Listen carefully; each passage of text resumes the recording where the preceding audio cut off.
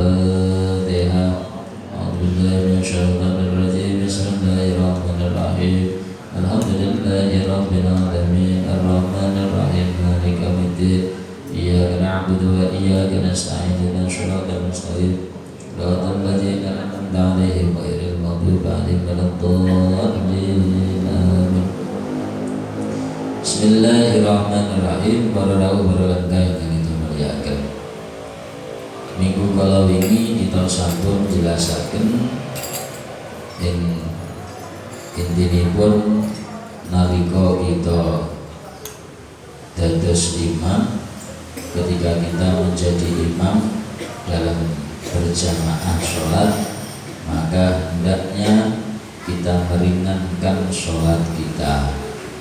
Kenapa? Karena orang yang ikut berjamaah sholat dengan kita, di situ ada anak kecil, ada orang yang tua, ada orang yang sudah sepuh, ada orang yang sakit, dan ada orang yang mempunyai hajat. Hajat itu mempunyai kepentingan. Dan ketika kita mau sholat sendirian, tidak berjamaah, maka silahkan kalau sholat dengan waktu yang lama. Kemudian hadis berikutnya, Bismillahirrahmanirrahim. Qala Rasulullah sallallahu alaihi wasallam, idza anfaqatil mar'atu min baiti zawjiha ghayra mufsidatin kana laha ajruha bima anfaqat wa li zawjiha ajruhu bima kasaba wa lil khazini mithlu dzalik la yanqusu ba'duhu min ajri ba'din syai'a. Rawahu asy-Syaikhani an Aisyah. Hadis ini menjelaskan tentang salah satu ataupun tanda istri yang solehah. Apa istri yang solehah? Ini sing duwe bojo berarti betul berlaku kanggo kaum ini dan teman-temannya. Idza anfaqatil mar'atu, ketika seorang istri, ketika seorang perempuan itu menafkahkan, mentasarufkan, membelanjakan hartanya, harta dari pemberian suaminya yang tidak merusak, artinya tidak merusak kebutuhan rumah tangganya, maka bagi istri yang menafkahkan, yang mentasarufkan atau mensedekahkan harta dari pemberian suami tersebut, si istri ini mendapatkan pahala. Dados nalika wonten tiyang istri sedekah utawa belanjake di kebutuhan rumah tangganya atau sedekah untuk orang lain, dan harta itu pemberian dari suaminya, maka si istri ini mendapatkan pahala. Wali zawjiha ajru bima kasaba. Bagaimana dengan suaminya? Suaminya pun yang mencari nafkah untuk istrinya, untuk keluarganya, juga mendapatkan pahala. Bahkan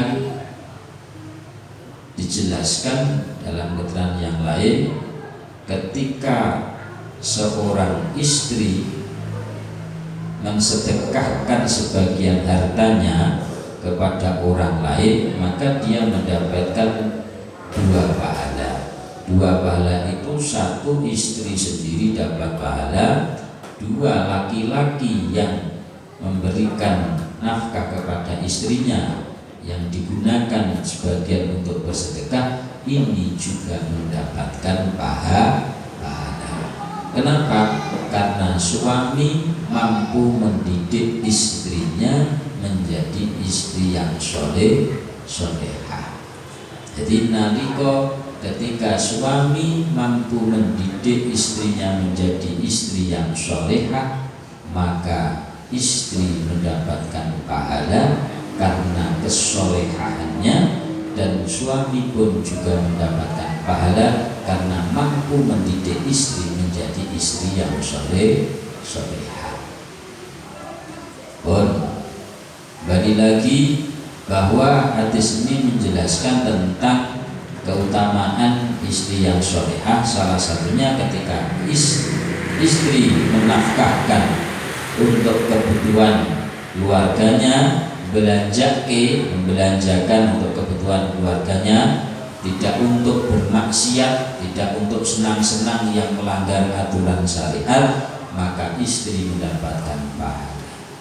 Suami yang bekerja mencari nafkah untuk istrinya, untuk anaknya, untuk keluarganya, selama dia mencari nafkah yang halal, maka suami pun juga mendapatkan pahala.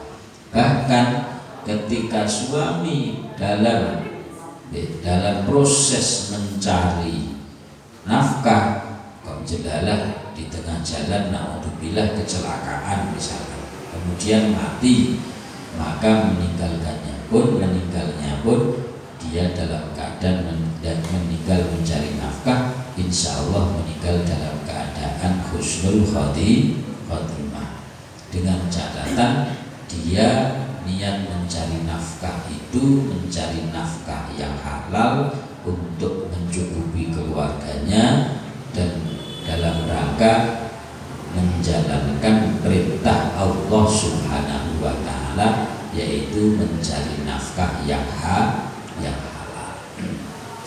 Kemudian walil khazini mithlu dzalik, dan bagi istri yang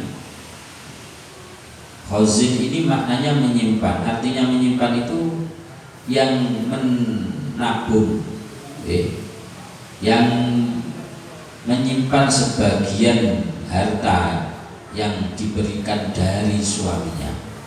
Misalkan diberi uang nafkah dari suaminya 100.000, kemudian yang 20.000 disedekahkan ke orang lain, kemudian yang 80.000 ini disimpan untuk kebutuhan besok misalkan, atau untuk bayar anaknya sekolah.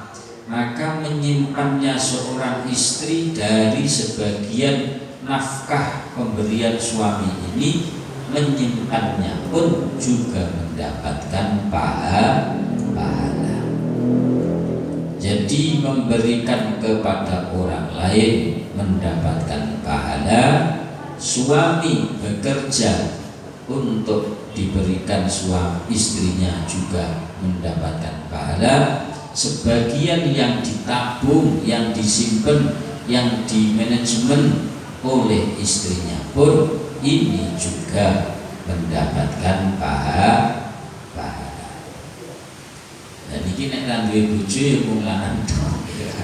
Ini pentingnya kita berikan nafkah, dan begitu besarnya pahala yang diberikan kepada keluarga untuk istrinya, untuk mencukupi keluarganya.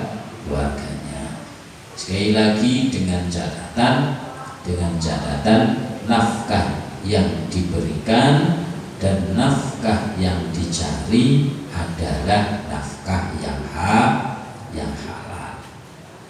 Rasulullah SAW juga menjelaskan dalam redaksi yang lain, arba'un min sa'adatil mar'i, ada 4 tanda-tanda keberuntungan seseorang. Yang pertama, antakuna zaujatuhu sholihatan. Yang pertama, tanda orang itu beruntung ketika dia mempunyai istri yang sholehah. Jenengan sugih kaya ngopo, tapi nek bojone garwane ra sholehah, niki donyane peteng. Antakuna zaujatuhu sholihatan, ketika mempunyai yang pertama istri yang solehah. Bagaimana ciri istri yang solehah? andoina zaujuha alal akhirah. Salah satunya tanda istri yang solehah itu adalah istri yang membantu, yang mensupport, yang mendukung suaminya untuk urusan akhirat. Istri yang solehah itu istri yang enak ketika dipandang oleh suaminya. Jenengan ningali bojone karo ningali bojone tangga enak budi. Seneng budi ya. Nah, sengaku mawon. Istri yang solehah itu ketika dipandang oleh suaminya, sak kesele wong lanang iki delok bojone tiba-tiba hilang kesel. Ora tambah wis kesel delok bojone saya kesel. Wis susah delok bojone tambah susah. Ini namanya gak solehah. Istri yang solehah itu istri yang tahu dengan kemampuan suaminya, tidak terlalu banyak menuntut terhadap suaminya sekira suami itu memang tidak mampu. Wong pemasukane bojone bendina ora tentu kok. Kadang oleh 10.000, kadang 20.000, ya nek pas akeh, pas rame gojeki ya 100.000. Kok njaluke masakan Padang ping 3 ya.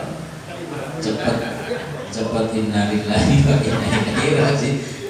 Sing bejo ya sing juragan Padang. Nih, istri solehah itu istri yang meringankan beban suaminya. Istri yang solehah itu istri yang memperhatikan agama suaminya. Mas, iki malam Jumat, mangkat ngajian. Ora pengajian sesuk iso. Iki mungkin terang ayo ning Malioboro dodolan. Ora mendukung urusan agamane suami. Bon, jadi yang pertama tanda orang beruntung itu, orang beruntung di dunia tentunya juga beruntung di akhirat ketika kita para laki-laki, kita sebagai suami mempunyai istri yang solehah. Yang kedua, antakuna auladuhu abroran.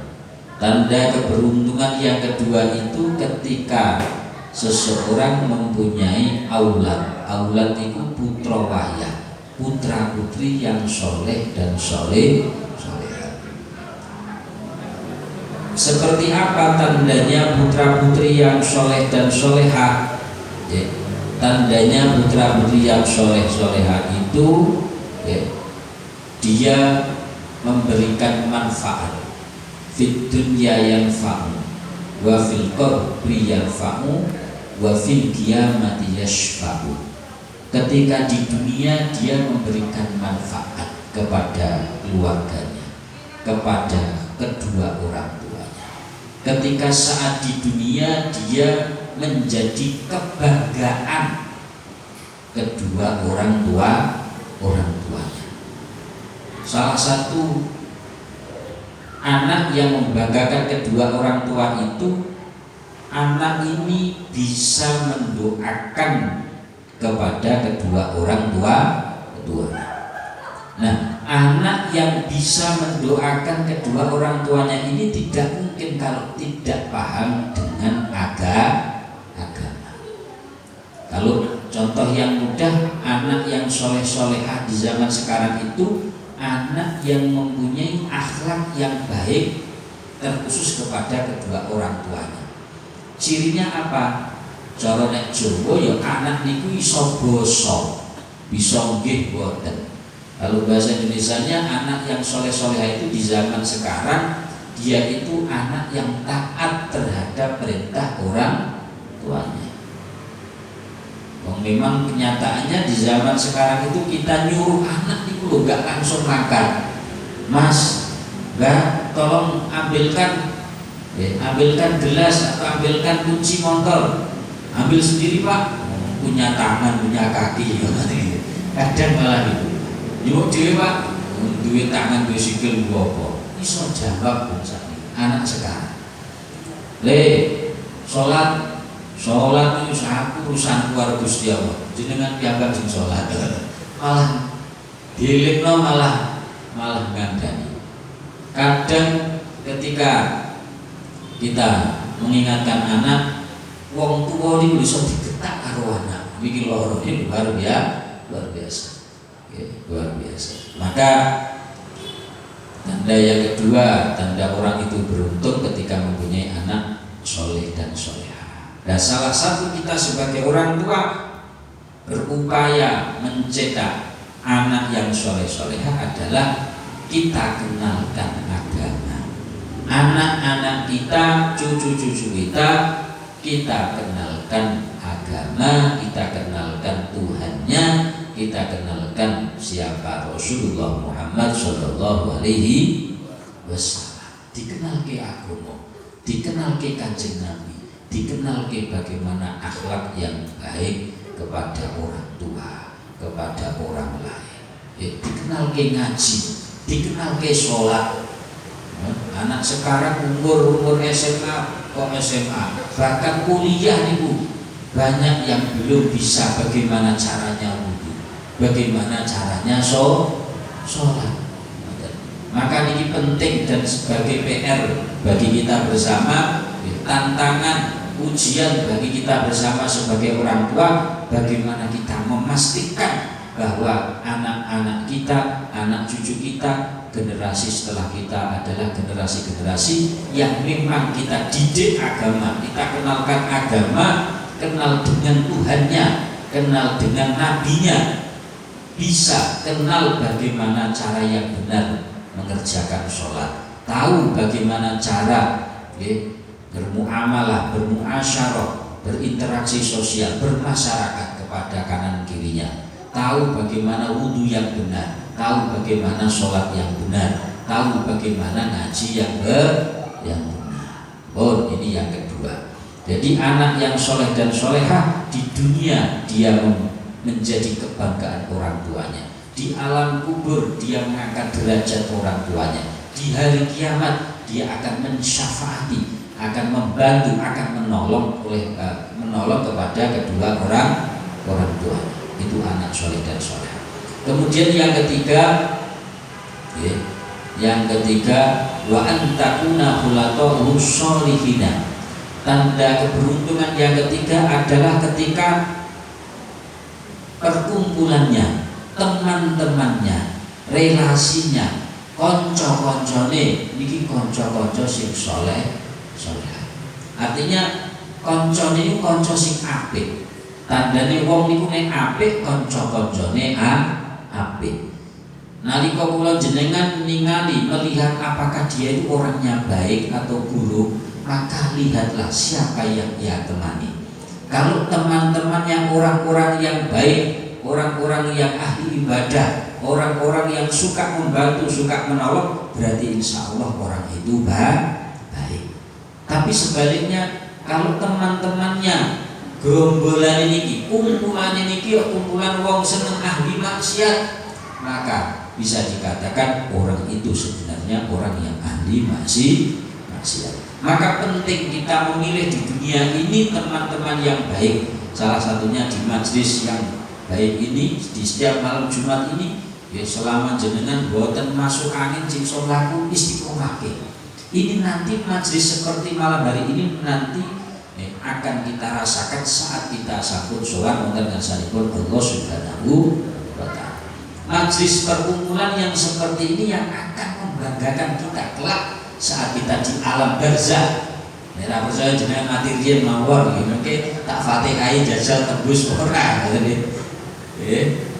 Majelis-majelis seperti malam hari ini yang akan membanggakan kita, yang akan kita banggakan kelak saat kita di alam barzah, terlebih saat kita nanti di hari akhir, di hari kiamat. Dan yang terakhir yang kaitannya ini tanda keberuntungan seseorang, wa takuna rizquhu fi baladi, ketika rizkinya itu di negaranya. Ada yang mengatakan makna di negaranya ini adalah ketika rizkinya itu rizki yang halal, yang barokah. Jadi rizki yang kita cari, yang kita peroleh dengan cara yang halal dan kita berikan untuk keluarga, untuk anak istri, maka rizki yang ini yang akan menyelamatkan kita dan keluarga kita dari api neraka. Jangan yang penting makan, jangan yang penting untungnya gede, untungnya banyak, tapi harus kita seleksi betul apakah rizki yang kita cari, apakah rizki yang kita berikan, nafkah yang kita berikan kepada keluarga kita, anak kita, istri kita, cucu kita, itu adalah benar-benar yang halal. Sedikit kalau itu halal akan membawa keberkahan. Banyak tapi tidak halal itu justru akan membawa kemadharatan, akan menjadikan tanggung jawab yang memberatkan kelak di hari kiamat.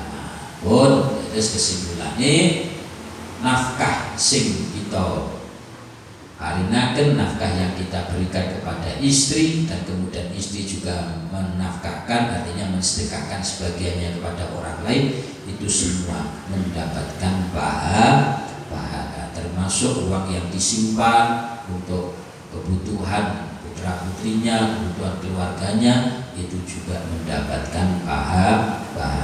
Oh, mugi-mugi kita sedaya untuk tiraken dados tiyang yang ingkang bejo dunya akhirat, mulya dunya pada akhirat, sukses dunya akhirat, sugih dunya akhirat, selamat dunya selamat akhirat. Amin amin ya rabbal alamin. Wallahu a'lam bishawab. Al-Fatihah. A'udzu billahi minasyaitonir rajim. Bismillahirrahmanirrahim. Alhamdulillahi rabbil alamin arrahmanir rahim maliki yaumiddin. Iyyaka na'budu wa iyyaka nasta'in. Shiratal mustaqim shiratal ladzina an'amta 'alaihim ghairil maghdubi 'alaihim waladdallin. Bismillahirrahmanirrahim. Allahumma shalli 'ala sayyidina Muhammad. Alhamdulillahi rabbil alamin. Hamdan hamdan syakirin hamdan yuafi ni'maka wa mazida. Ya Rabbana lakal hamdu kama yanbaghi li jalalikal karim 'azimi sultanik. Walamma nadama al-fikru min darajil awshafil muhammadiyati wuhuda توجد إلى الله توسلا بسيد وحبيب محمد صلى الله عليه وسلم أن يجعل سيفه مشكورا وفعله فيه محمودا ويجب عمل في الأعمال المقبولة والتوجه في الدرجات الخالصة وصلة الموصولة. اللهم يا من إليك توجه الآمال فتعبد غافرا ولا بميزة وأنت رئال ونشمر في الأرض غافرا نتوجه إليه بأشرف الوسائل التي سيد المرسلين عبدك الصادق الأمين سيدنا محمد الذي عمت رسالة العالمين أن نصلي وتسلم على تلك الذات الكاملة مستودع أمانتك وحفيد السيد وحامل دعوتك الشاملة ألم بالأكبر المحبوب لك الموصل بشرف الأبخار في كل موطن من موادن القرب عمت القاسم إمدادك في عبادك وساقي كؤوس إرشادك لأهل ودادك سيد الكونين وأشرف الثقلين العبد المقبول الخالص المنصوص منك بأجل الخصائص. اللهم صل وسلم عليه وعلى آله وأصحابه ولحفظ ربهم من أحبابه. اللهم إنا نقدم إليك جاه النبي الكريم ونتوسل إليك بشرف مقام عظيم أن تلاحقنا من ركعتنا وسكناتنا بعين عنايتك وأن تفضل جمع أدوارنا وتقلباتنا بجميل رعايتك وحسين وقايتك وأن تبلغنا من شرف القرب إليك وإلى ذا الحبيب وآية آمالنا وتتقبل منا ما تركنا في من نياتنا وأعمالنا وتجعلنا في أدريات الحبيب من الهادرين وفي طرائق ذباء من السالكين وليأتك من الباطل وليأتك من الهابدين. اللهم إنا لنطمع في رحمتك الخاصة ولا تحرمنا وذنونا جميلة هي وسيلتنا إليك ولا تخيبنا.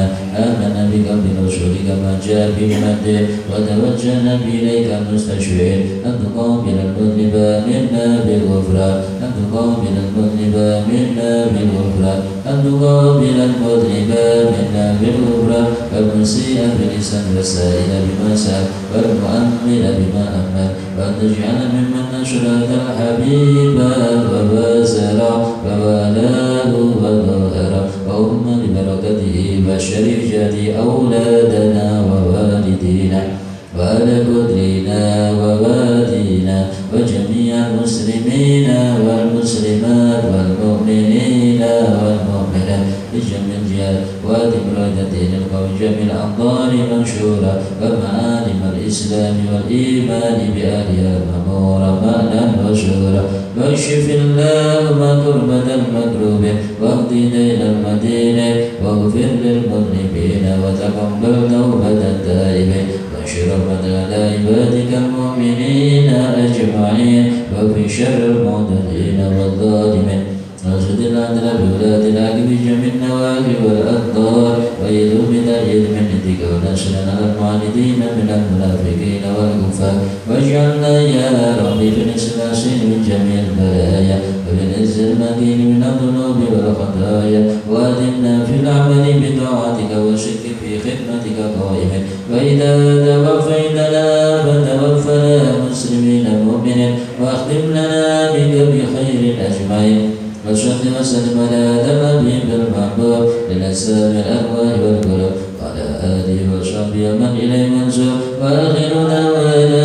الحمد لله رب العالمين سبحان ربك رب العزة عما يصفون وسلام على المرسلين والحمد لله رب العالمين بسر الفاتحة.